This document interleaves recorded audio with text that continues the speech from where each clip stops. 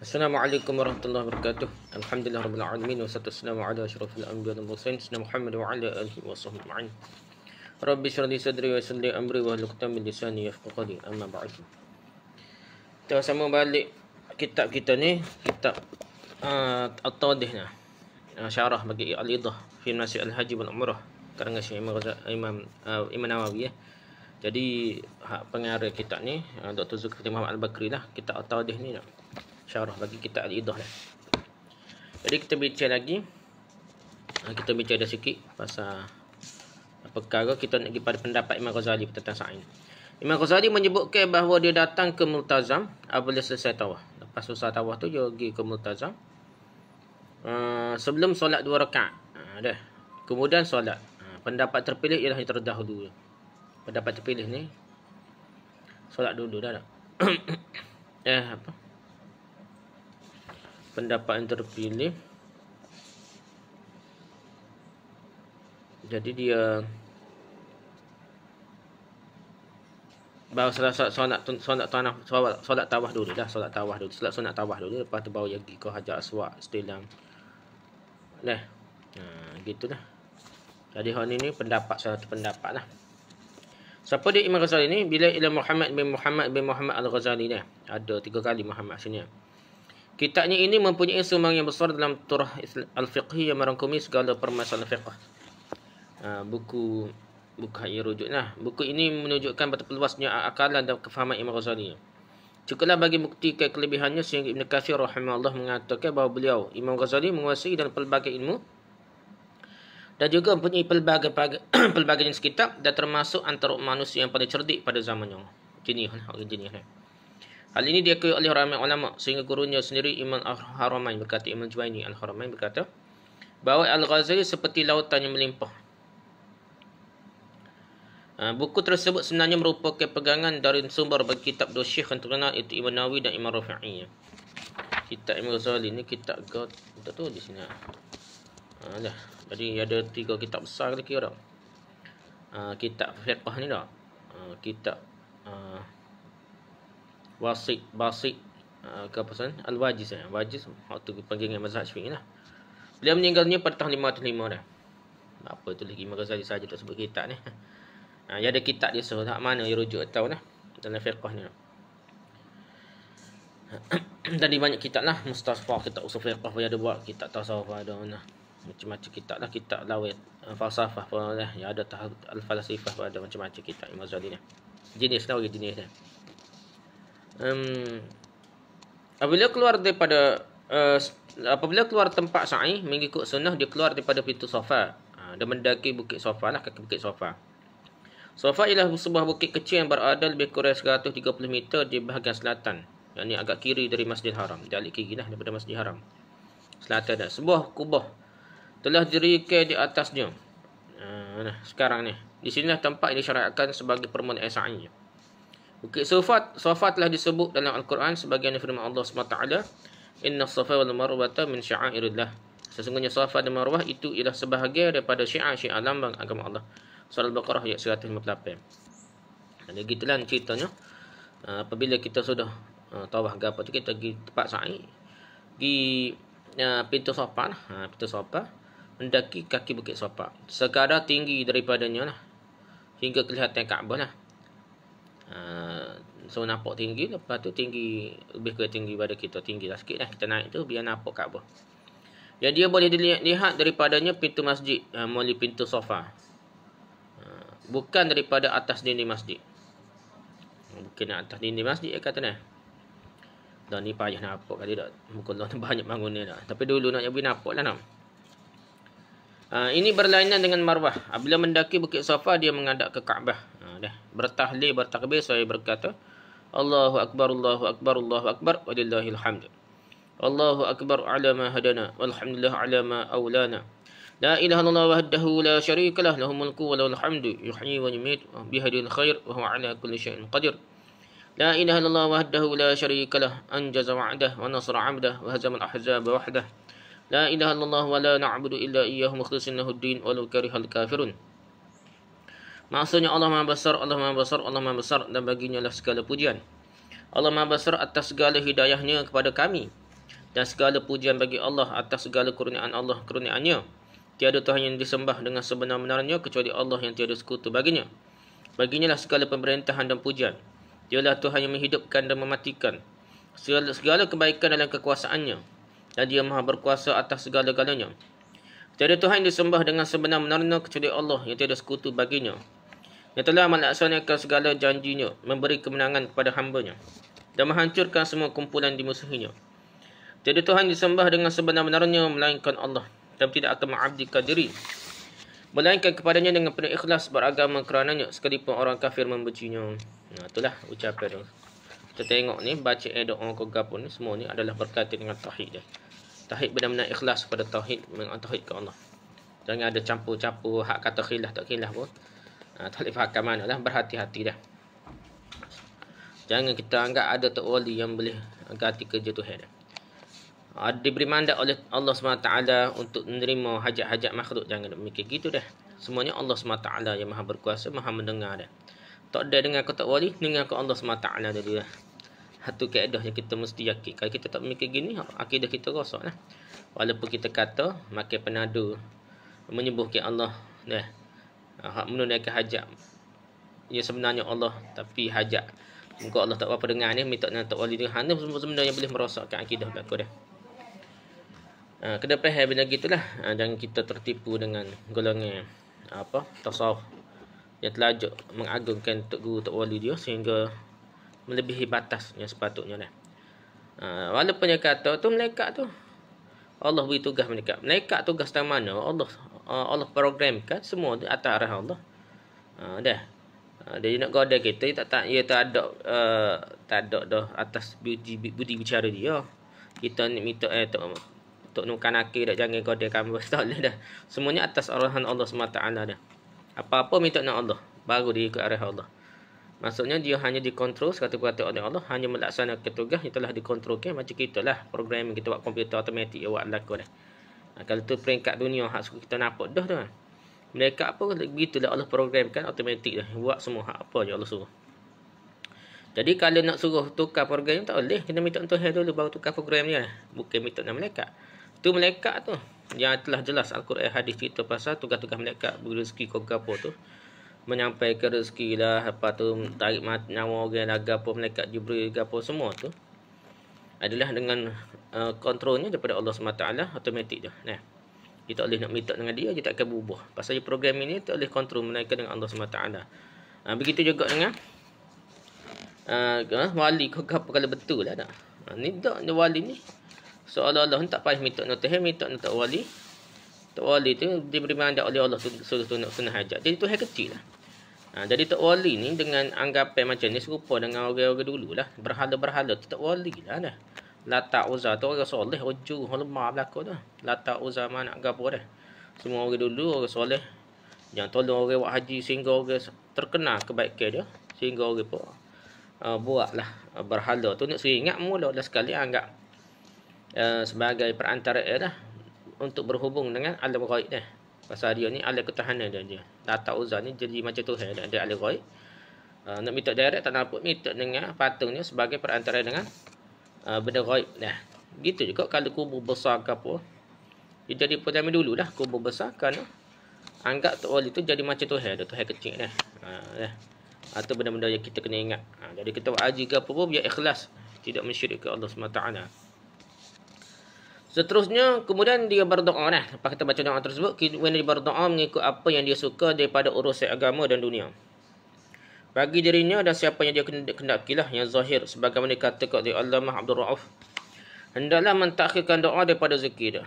Zikir dulu baru doa dah. Kita doa dulu. Juga tidak menafikan zikir sebelumnya dah. Bukanlah kita zikir buat terus nak lihat takrirat. Lepas tu suka daripada urusan agama dan dunia di sisi izhakam lah mazhab Syafi'i. Alangkah baiknya dia berdoa begininya. Selepas zikir ketiga ni contoh-contoh tidak rigid lah. Doa ni kita boleh doa apa pada. Contoh doa yang begini, Allahumma innaka qulta wa qawluka al-haq ud'uni astajib lakum wa innaka la tukhliful mi'ad wa inni as'aluka kama hadaitani lil Islam alla tanzi'ahu minni hatta tatawaffani musliman. Maksudnya, ya Allah, sungguhnya engkau berfirman dan kalammu bersifat benar. Mintalah kepadaku, aku akan perkenankan permintaanmu, dan sesungguhnya engkau tidak pernah memungkiri janji. Justru sesungguhnya aku mohon padamu seperti engkau telah memberi hidayah kepadaku memilih agama Islam. Aku memohon kepadamu agar tidak mencabutnya daripadaku, sehingga engkau mematikan aku dalam keadaan seorang Islam.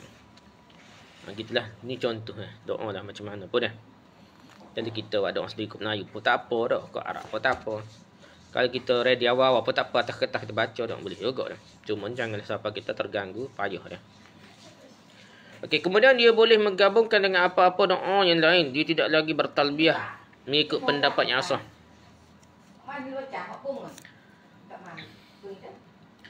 Dia tidak lagi bertalbiyah mengikut pendapat yang asah. Kemudian diulangkan semua yang disebut daripada zikir dan doa pada kali kedua dah.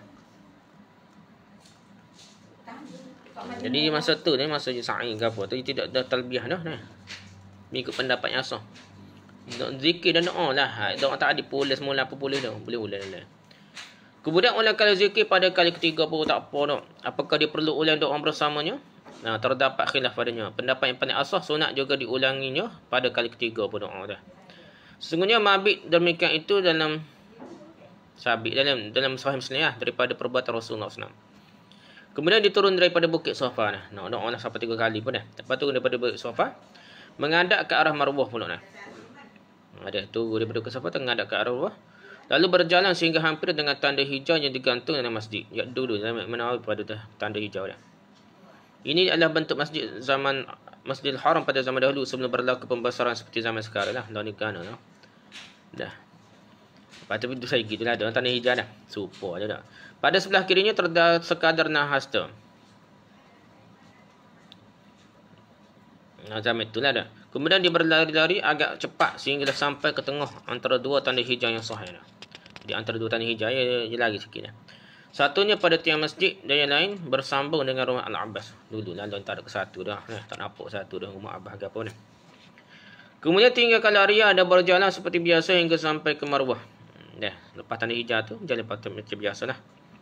Marwah ialah sebuah bukit kecil yang terbina daripada batu api atau geretan atau iaitu sejenis batu putih yang keras. Ia terletak kira-kira 300 meter ke arah timur laut dari rukun Syami di Kaabah. Bukit ini menjadi tanda tempat berakhirnya sa'i di sebelah utara dan merupakan salah satu daripada syiar-syiar tempat melakukan ibadah haji. Marwah lah. Ini cerita nak ingat kepada kisah mak kepada Nabi Ismail lah dah. Hajar dah. Dia mendaki bukit.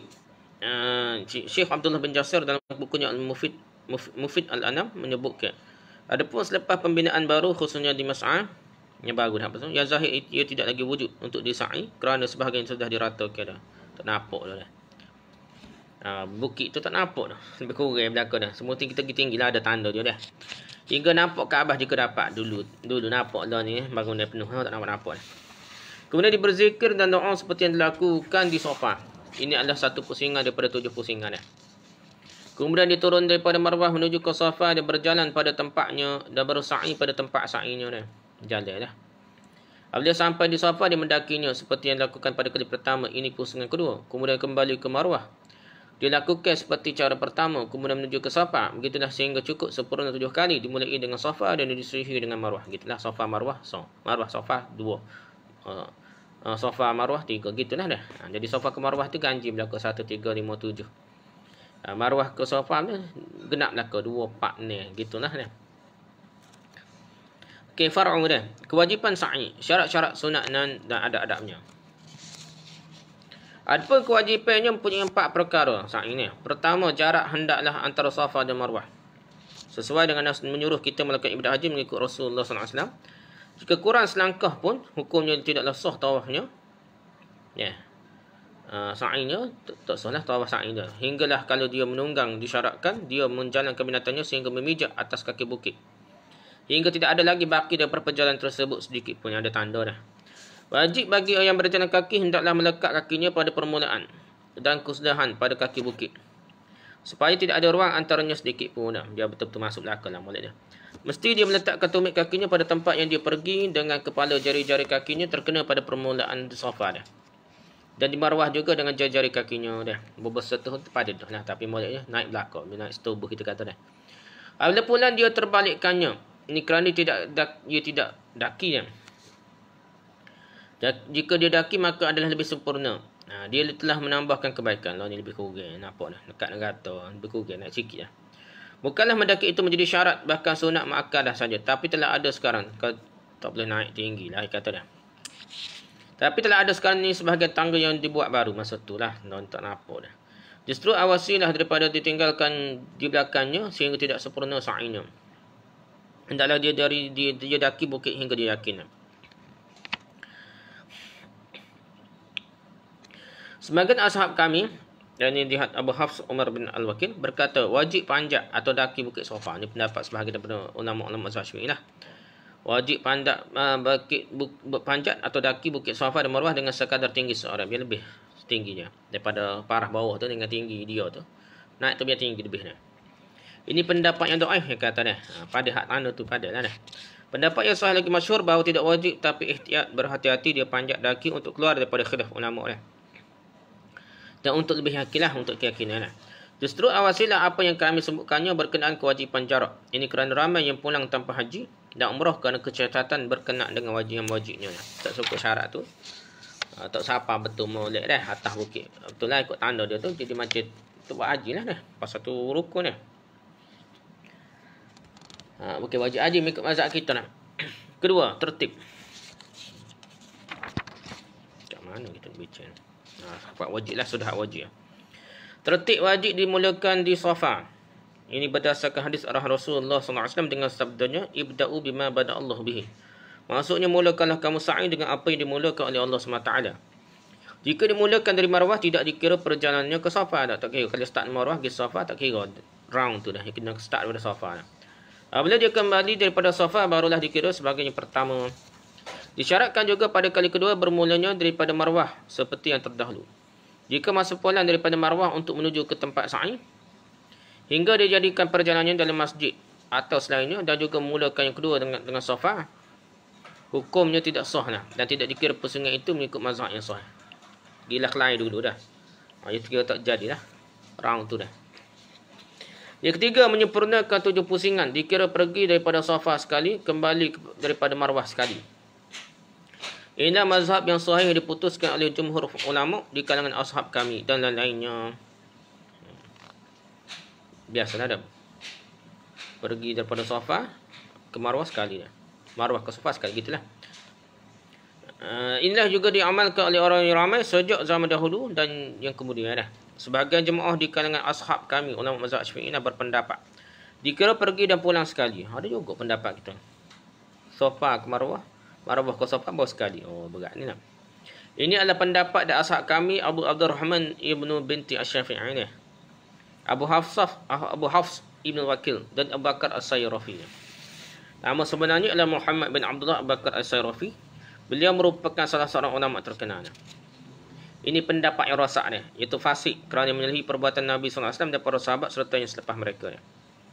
Tidak dikira, tidak boleh diambil kira dan tidak perlu diberi perhatian sama sekali lah. Aku hanya sebutkan di sini untuk memberi peringatan bahawa dhaifnya pendapat ini sahaja. Sebut-sebut ni nak je. Pendapat tak boleh pakar dah. Justru janganlah terpedaya pada siapa yang ingin mengikutinya. Jangan pakar ni dah. Ada setengah-setengah ni. Ada kata khilaf dah. Sikit-sikit khilaf dah. Nah. Cerita pasal apa? Jibril umur apa? 70,000 tahun berapa dah. Dah. Berapa 70,000 sekali keluar dah. Darab pula 70,000 dah. 71,000 kali tengok dah. Tak so dah. Tu dia. Hadis terpalsu dah.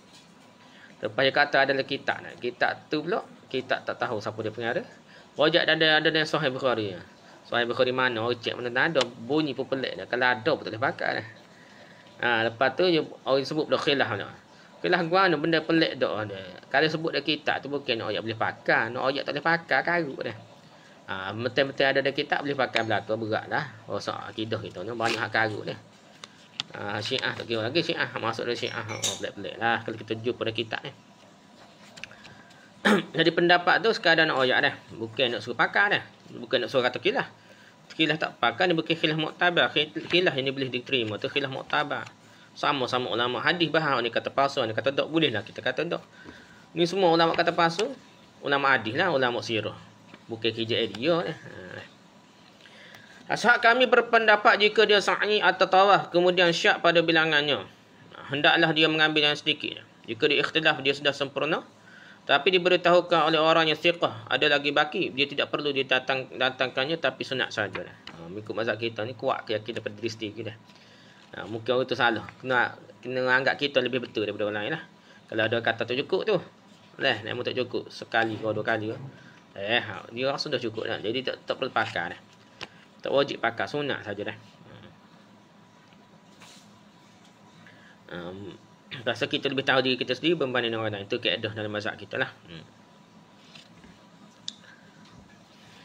Cuma dah kita pilih waswah ni antara tu 1 dengan 3 dengan 5 dengan 7 dah. Pasal sofa ke marwah tu wajib dah ganjil belaka. Marwah ke sofa wajib kena dah. 2 4 ni hak kita waswahnya tak boleh. Ni 3 ke 2. 3 2 guna pasal kita dah marwah ke sofa mestilah kena dah. Gitu kaedahnya dah. Keempat, bahawa sa'i dilakukan selepas tawaf yang sahih.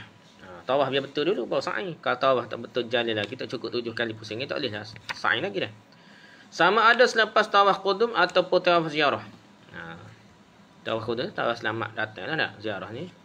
Lah, ziarah saja dah. Dan tidak mungkin dapat digambarkan selepas tawaf wada'. Selepas tawaf wada' memang tak ada dah. Tawaf wada' tak ada. Jadi yang wajib pada syarat selepas selesai nusuk lah dah. Jadi tawaf wada' tu tidak lah. Diklik lah dia dah.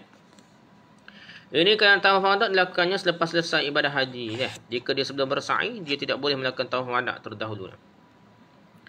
Apabila melakukan sa'i selepas tawaf qudum, nescaya memadainya dan jadilah dia rukun, cukuplah. Rukun haji, rukun umrah ke apa dah. Okey, justru makruh. Dalam hasyiah menyebutkan inilah pendapat yang pertama, dia mengulanginya selepas tawaf ifadah. Tapi masa tawaf ibadah juga ada tawaf qudum. Selamat datang, lepas tu juga sa'i. Lepas tu nak buat pula lepas tawaf ifadah, tak perlu dah. Jadi makruh pula dah. Inilah pendapat yang pertama dah. Ada kata tak pun, tapi pendapat makruh tu kuat dah. Ini kerana sa'i bukanlah daripada ibadat berasingan yang disyariatkan mengulanginya lagi dan membanyakkannya. Bukan kaedah dia nak sa'i banyak tu tak. Sa'i sama seperti wukuf di Arafah saja dah. Ianya dikira rukun semata-mata. Berlainan halnya dengan tawaf. Tawaf boleh buat banyak kali tak. Setiap kali semaya, setiap kali nak semaya tu tawaf dulu tak apa, kalau boleh tak. Jadi syariatkannya bukan semata-mata kerana haji atau umrah. Tawaf ni bukan haji umrah, tapi sa'i itu kerana haji dan umrah saja nak. Telah sabit dalam hadis yang sahih daripada Jabir radhiyallahu anhu katanya, lam yatuf an-nabi sallallahu alaihi wasallam wala ashabuhu radhiyallahu anhum bani safa al-warmati illa tawafan wahidan. Tawaful awal ya'di as-sa'ya. Maksudnya Nabi sallallahu alaihi wasallam dan sahabatnya tidaklah bersa'i antara Safa dan Marwah kecuali sekali, iaitu sa'inya pertama saja dah. Jadi tidak boleh masa tawaf ifadah tu, masa tawaf ifadah tawaf sa'i dah. Disunatkan berturut-turut mualat antara pusingan sa'i dan juga antara tawaf dan sa'i dah. Jadi sa'i ni antara sa'i satu dari Safa ke Marwah, Marwah ke Safa tu kena straight lah kata mualat. Sunat dia bukan wajib dah. Begitu tawaf dan sa'i, lepas sudah tawaf lalu sa'inya. Bukan gila rehat sehari 2 hari dah. Jika berlaku pemisahan antara keduanya dari segi masa, ianya tidaklah memudaratkannya dan syarat jangan berlaku kecacatan pada rukunnya. Janganlah sampai ke batal lah. Kalau haji umrah tu dah tengah perkara lain, tapi kalau tidak ada perkara yang merosakkan haji, dia masih boleh lah sambung dah.